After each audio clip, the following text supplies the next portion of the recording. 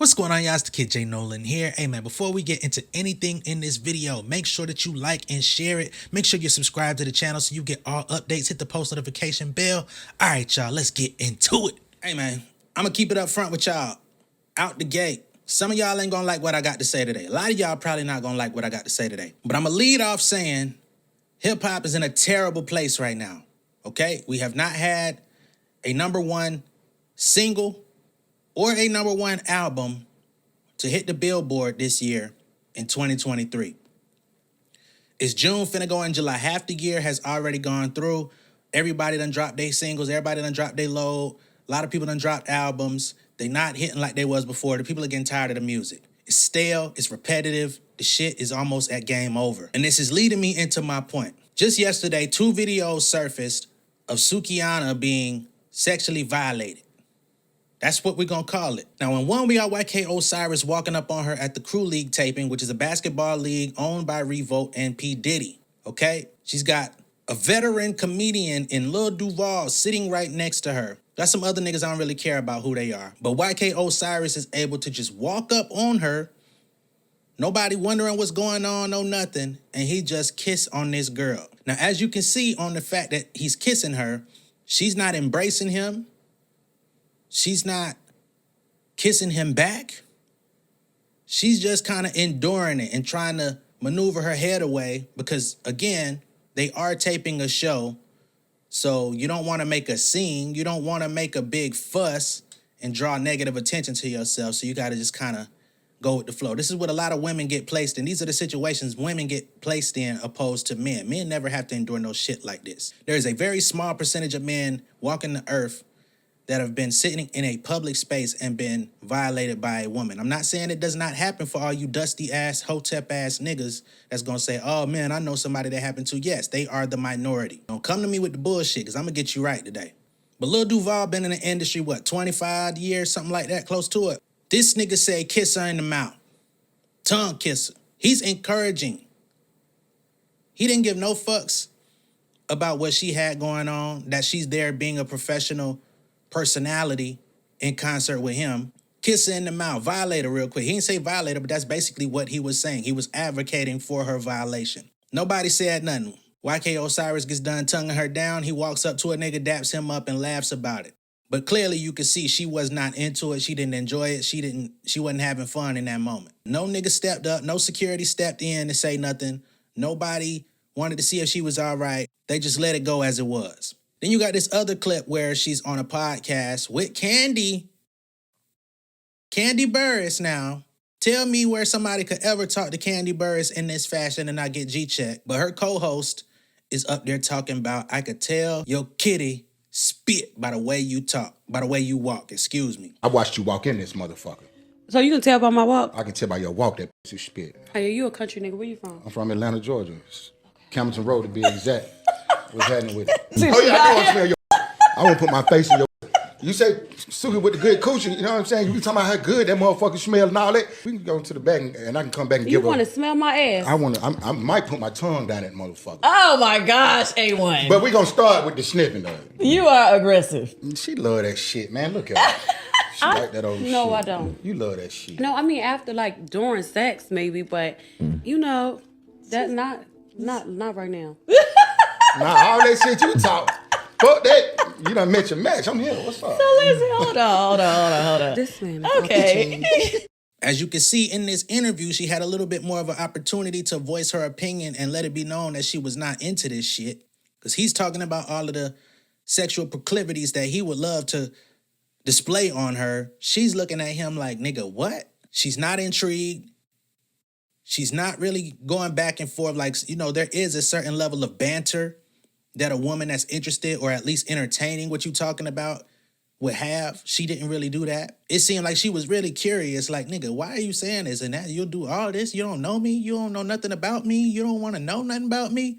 Now, I ain't gonna say Sukihana is a saint, but this is going further into my point. We ain't got there yet. We've allowed this young lady to come out of practically nowhere, to come out with the most raunchiest, nastiest debauchery that you could possibly lay down on wax. And we've allowed her to become somewhat of a celebrity, right? And the thing about celebrity is whatever persona you put out into the public that's what people are going to believe. They're going to think you're that person, right?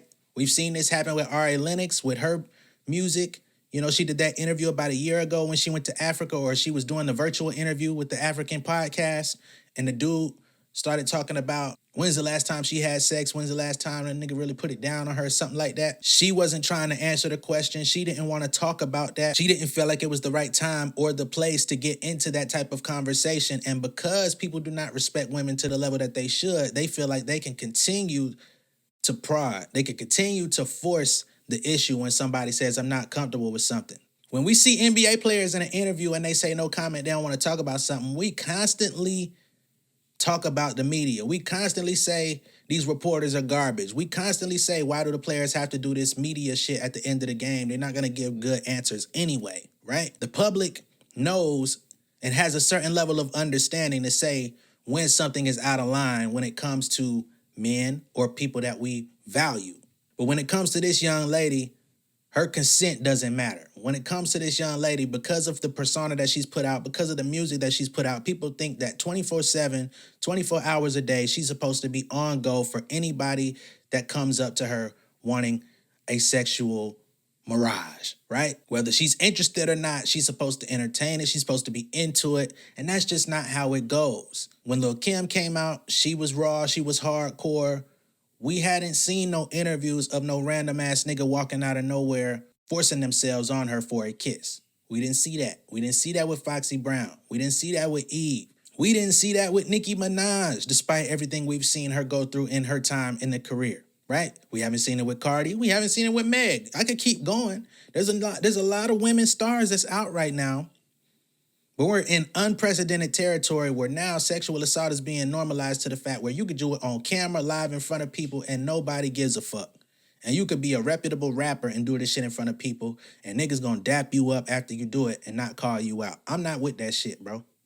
Now, getting back to my point, we've allowed her to create this persona. We've allowed her to become somewhat of a celebrity. We've allowed her to feed into this image. We've allowed her to feed into this imagery. She performs in some places with no bra, no shirt, titties hanging out in venues. We've seen her dog walk on a leash. We've heard about her rapping, talking about licking ass crack, right? But this is what y'all are entertained by. This is what y'all are consuming. This is what y'all are trying to put to the forefront of musical culture, right? This hip-hop shit is a cultural movement started by black people, not ran by black people, but started by black people, originally consumed by black people, primarily perpetuated by black people. So the state of music tends to reflect the state of the culture, the state of the people that it represents, right? So it speaks to a greater narrative that we've allowed ourselves to devolve. Everybody wants to talk about the evolution of music, the evolution of man, the evolution of technology. We are devolving within this specific culture. Now, when Cardi B and Megan Thee Stallion made WAP, a lot of people supported it. I even supported it because it's just music, it's just art. But when the art is translated into life to where you can be violated in front of a group of people and nobody says nothing and they use your music as an excuse, I think we all have to be held accountable for the part that we played in it. That means YK Osiris has to be held accountable for pushing himself up on that lady. That nigga on that podcast has to be held accountable for speaking to her in a manner that made her uncomfortable when she stated she was not into that shit. And he still was like, nah, you met your match. No, nigga, she ain't like it. Sukihana also has to be held accountable for her role in this situation. I'm not saying because you do these things, you deserve to be treated in that manner. Don't you ever twist my words up. I'm saying she has to be held accountable for her role. She's promoted this activity. She's promoted being a quote-unquote slut, right? She's promoted being somebody who's down for whatever, no questions asked, this is what I'm about. And we all have to be held accountable for the image that we perpetuate, the image that we put on the people, the image that we allow people to believe about us. Again, everybody is wrong for pushing up on her the way that they did, but you also have to know, in order for people to break free of this idea of you, you're going to have to make some internal changes and external changes. You have to be vocal about what you are cool with and what you're not cool with, and that's going to mean actually being vigilant about it as well, not just saying it in one interview. You gonna have to let people know, just because this the type of music I make, just because I dress this way, you cannot approach me in this manner. Yes, it sounds bad that you have to say that, but in this society where niggas is niggas, yes, make it abundantly clear that this is a persona. Let it be abundantly clear that this is just the music I make. Do not treat me in this manner. I'm not saying she should have to. I'm just saying the way it is, you gotta do it. It's a lot of shit we don't want to do that we do every motherfucking day. Niggas clock in to work. Niggas is security for certain people, putting their life on the line for a motherfucker that don't give a shit about them. But they still do it. May not want to do it, but this is where life led you. So at the end of the day, I think we all got to do better, right? And I think we all should up the standard on what it is that we're consuming. If pornography music is what we want, if that's the hill that we're willing to die on in the name of sexual liberation, in the name of women liberation, if that's what it takes, y'all let me know. But I also think dying on that hill opens up a door for sexual harassment. I think that opens up a door for more women to be violated in this manner. I think it opens up a door for more of this stuff to become commonplace on camera, in front of groups of niggas, in front of the public, in front of a corporation like Revolt that's gonna put this content out. I think it sets a terrible precedent. And y'all see, in the beginning of the video, I said we have not had not one #1 hip-hop single or album this year. That's very vital because hip-hop has been the #1 genre for 10 years minimum. Our creativity was running the charts. Our syncopation, our style, our look, everything we had going on was dictating what the rest of the world wanted to buy into. Now we're falling. Why do you think that is? You think it's a coincidence that we're in this particular era of copy and paste music? Oh, that's what's hot. Let's make the nastiest shit we can make. We back to 69 Boys, Uncle Luke era shit. Y'all do know what was going on at the 69 Boys, Uncle Luke era shit, right? Y'all do understand how many cases was caught back then. You do know how many cases was retroactively caught back then from people that said, man, I was violated back then, but I didn't speak out. So is that truly what y'all want? Y'all gotta let me know, because I don't make the shit. I don't make the rules. But I think we all, again, need to be held accountable for our role in this situation. Anybody that's being complicit is a part of the problem. Single-handedly, I can't change nothing. I could just voice my opinion. I could just say how I feel. People gonna agree. People gonna disagree. To hell with it, right? Really don't matter. It's just a drop in the bucket. But I think if enough people stand up and say, hey, man, we got to improve. We got to improve our status as a people. We're not all going to agree on all of the same shit. It's not going to happen. There is no unanimous black delegation. But I think there are some things that we can agree on. There are some things that we could clear up within our culture. And I think we could do it in a pretty fast motion, especially if we decide that something is what we no longer want. And I think we need to make that abundantly clear as well. Let me know what y'all think of this down below in the comments. Like and share the video if you choose. I'll catch y'all in the next one. If this is your first time seeing me on YouTube, go ahead and subscribe to the channel. Hit the post notification bell if that's what floats your boat. But I'll catch y'all on the next one. Much love and respect, y'all. Peace. Beautiful people, thank you for tuning in. I hope that you enjoyed the content. Make sure that you're liking and sharing these videos. Make sure that you're subscribed to the channel. Hit the post notification bell so you get all updates. For all of my artists, my artist managers, songwriters, producers, etc. If you need a little bit of extra help with your career, man, make sure that you visit pengameelite.com, okay? That's my website and my community for all upcoming rising music creators. I got 2 books on there, the Pen Game Portfolio Volume 1 and 2. They're going to give you a lot of insights into the music industry, how to monetize your career, how I make my money off of music, because I am a full-time artist outside of doing YouTube videos. If you need some direct help, you can also book a consultation with me on the Pen Game Elite website.